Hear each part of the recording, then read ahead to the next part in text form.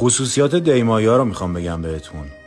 دیمایی‌ها همیشه به صبوری و آروم بودن معروفن.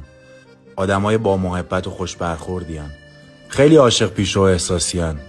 عاشق زندگی بی‌حاشیه و بی‌دردسرن. همیشه مشاور خوبی هستن برای اطرافیانشون.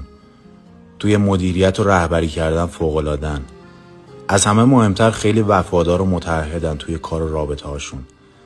اگه یه آدم جذاب و خوش‌پوش و مهربون دیدی، شک نکن دیماهیه. خلاصه که اگه تو زندگیتون یه دیماهی دارید، خیلی قدرش. خصوصیات دیمایی‌ها رو میخوام بگم بهتون. دیمایی‌ها همیشه به صبوری و آروم بودن معروفن.